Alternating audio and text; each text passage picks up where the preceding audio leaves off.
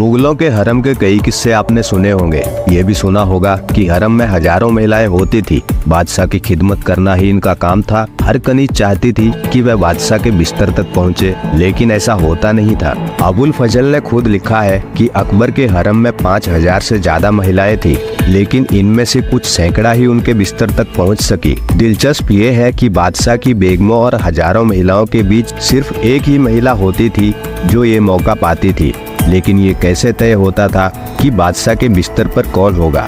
मुगल बादशाह के हरम में सिर्फ वो नहीं होता था जो सिर्फ आप सोचते हैं। यह मुगल बादशाह के आरामगाह के लिए होता था। खास बात यह है कि इसमें सिर्फ बादशाह की ही एंट्री होती थी। वह जब चाहे तब वहां जा सकता था। वहां जाकर वो आसन पर बैठ जाता था। उसके आसपास उसकी बेगमें बैठती थी। इसके अलावा चारों ओर युवतियां होती थी। इतिहासकारों के मुताबिक बादशाह अपनी मालिश हरम में ही कराते थे ताकि तरोताजा महसूस कर सके।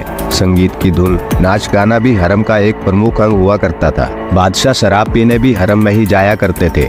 नाच गाने और संगीत की धुनों के बीच पीने पिलाने का सिलसिला चलता था तब तक जब तक बादशाह बिस्तर पर जाने की इच्छा ना करे। इसके बाद बारी आती थी ये चुनने की कि बादशाह का साथ कौन देगा।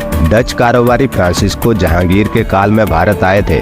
उन्होंने इसका जिक्र किया है। वह लिखते हैं, ये पूरी तरह बादशाह ही तय करते थे कि उनका हम बिस्तर कौन होगा, चाहे वह बादशाह की बेगम हो या फिर कोई कनीज या कोई और। खास बात यह है कि बादशाह की इच्छा के खिलाफ कोई नहीं जा सकता था। हरम में हजारों महिलाएं थी, लेकिन किसी को भी बाहर जाने की अनुमति नहीं थी। रानियां भी बादशाह की मर्जी से ही बाहर आ सकती थी। हरम किले के एक खास इलाके में हुआ करता था जहां सिर्फ मुगल बादशाह ही जा सकता था। वहां जाने की हिमाकत करने भर के लिए मौत की सजा मुकर्रर थी।